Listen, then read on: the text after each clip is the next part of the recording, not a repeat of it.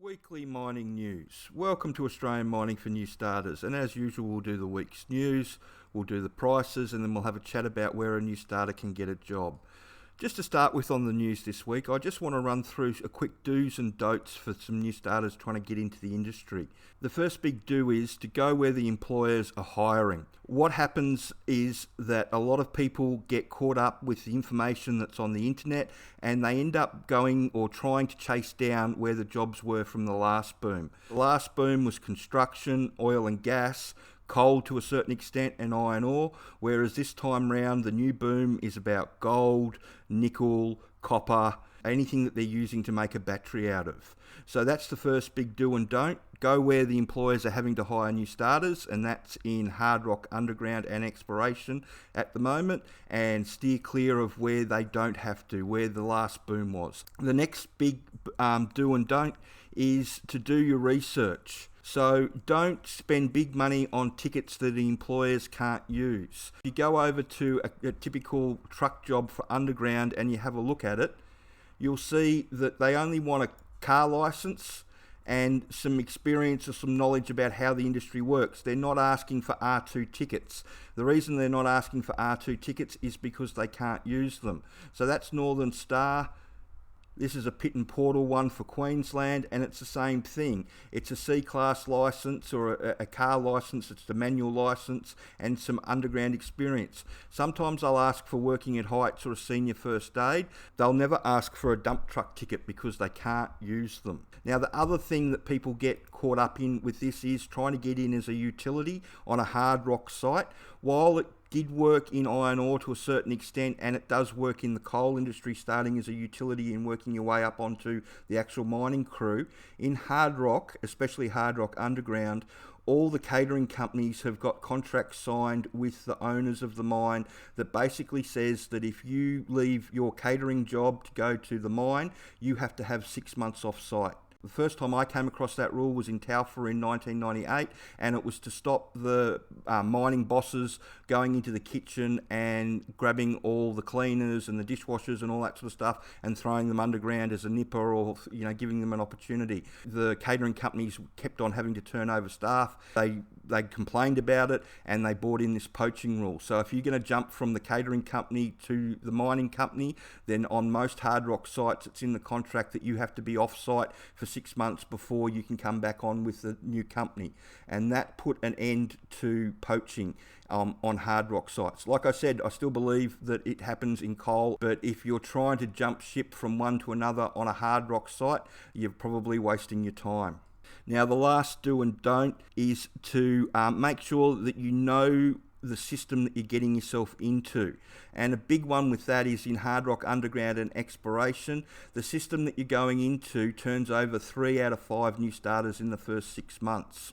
Now, if you go over to Seek and you type underground in, you'll see 1,500 jobs there.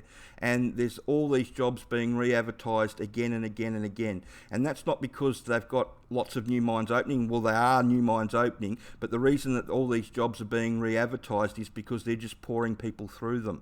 And one of the big things that I always tell people to do, just make sure that you know enough about the system that you're getting into so you can make it past that first 6 months.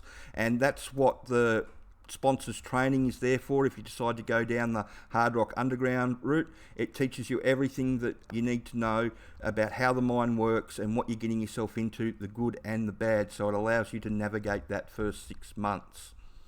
Now, moving on in the next news, I just want to talk about the overreaction of the politicians and the media about fears that the iron ore industry may suffer with China putting tariffs on it.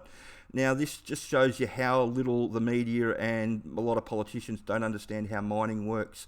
They're acting like the iron ore market is like Coles and Woolies, where if you can't get it at Coles, you can go down to Woolies and pick up just as much iron ore as you want to. When the reality is that we're pretty much the only game in town at the moment on a large scale. The Guardian's got this article going where China is talking about replacing iron ore from Africa, but if you read down the article, they've got to build a train line that's 700 kilometres long to get it to port, and they reckon it'll take at least 5 years, but most people are saying it's going to take more than 10 years to get it online. Now that means that Australia really is the only game in town when it comes to a large, stable form of iron ore that China can produce. And this is probably one of the reasons why China's decided, in the Bloomberg has announced that they've started to unload some of the coal shipments despite the ban. And I suppose they're doing that just to cover themselves because they realise that they really do need Australia for the iron ore. So if we go over to the iron ore price, you'll see it's spiked up to $141 a tonne, which is really good. On the swing side of that, coal is still down at that $51.30 a tonne mark, and gold has bounced back by about $75 an ounce from last week. So it's back up in that $2,500 an ounce range, which sees everybody making a lot of money. Copper is, it's gone higher again. It's over $10,400 a tonne, while nickel is $21,800 a tonne, which means that everybody is making lots of money at those prices. So, where's the best place for a new starter to try and get into the industry at the moment? Well, you have to be concentrating on gold, nickel and copper in the open cuts and the undergrounds. But really, if you want to give it your best shot to get in, then you really should have a look at underground, either as a nipper or truck driver or a diamond driller offsider.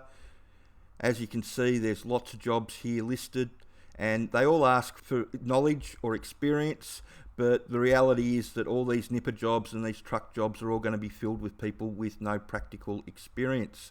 So if you can present to them knowing how their mine works, as I said before, by using the sponsor's DIY training, then you really do have something to offer the employers. Now, in regards to tickets, I mentioned tickets before. If you haven't seen this video, you need to have a look at this video about tickets, which will explain to you why you don't need R2 tickets for hard rock mining.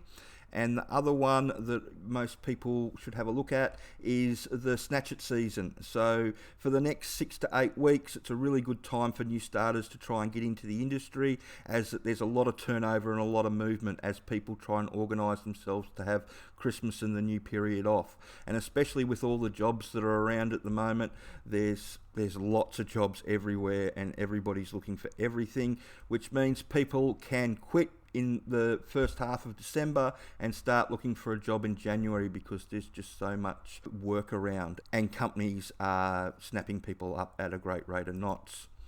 So I hope you found that news interesting, and there's some do's and don'ts there. And the big do is to make sure you go where they're hiring new starters. And like I said before, that's in hard rock underground or exploration, concentrating on the gold, copper and nickel mines. If you could like and subscribe the channel and share this information around, and thank you.